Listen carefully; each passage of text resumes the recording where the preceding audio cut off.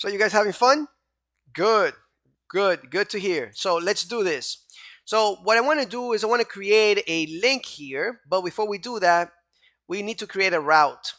And when we click on it, I want it to go to another page, but I want it to take the ID of this specific post. So you guys know how to do that already, right? Okay, so right here inside the home index, I want to create a route that says post, and now we give it an ID here, and we just say ID. Okay, now when we go back here, fresh, we put our mouse over it, you can see down here that it has an ID. Okay, great. It has an ID ending in 5F2, this one in C9, so they're different. Now what I want to do is I want to create a route inside the home. So we have some routes here. I have about, I have a login route, register route. I want a post route. If you don't have those routes, make them. So this is going to be like this, post, and now we need to take an ID here. So we put the colon and the ID, okay? Now we need, and we do have the post already available. So we need to make a query to our database. So we need to say find one. Now here we have a condition, we have a query, restriction, a constraint. We need to look for the data that matches the ID that comes from the params in the URL, and its name ID. Remember, we're getting this ID name from here. Okay, and then, and let's bring it down here so it's clear.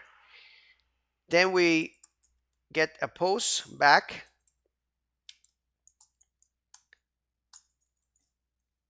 Okay, and then we take that post to that page, and that page is going to be a view home. Let's call this view post like that. We're going to take an object with a key and a value of this guy right here. Simple as that. Okay, so that should do it.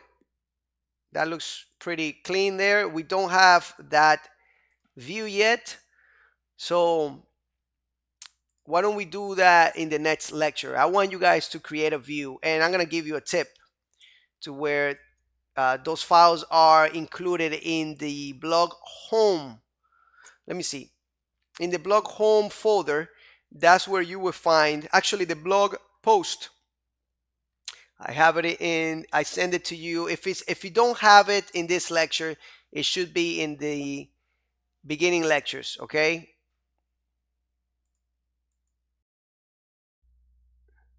It's gonna be in a folder very similar to this right here.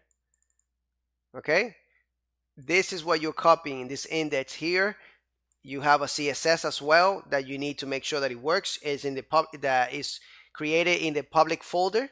Okay, and I want you to do that yourself, and these are little exercises that I ask you guys to do.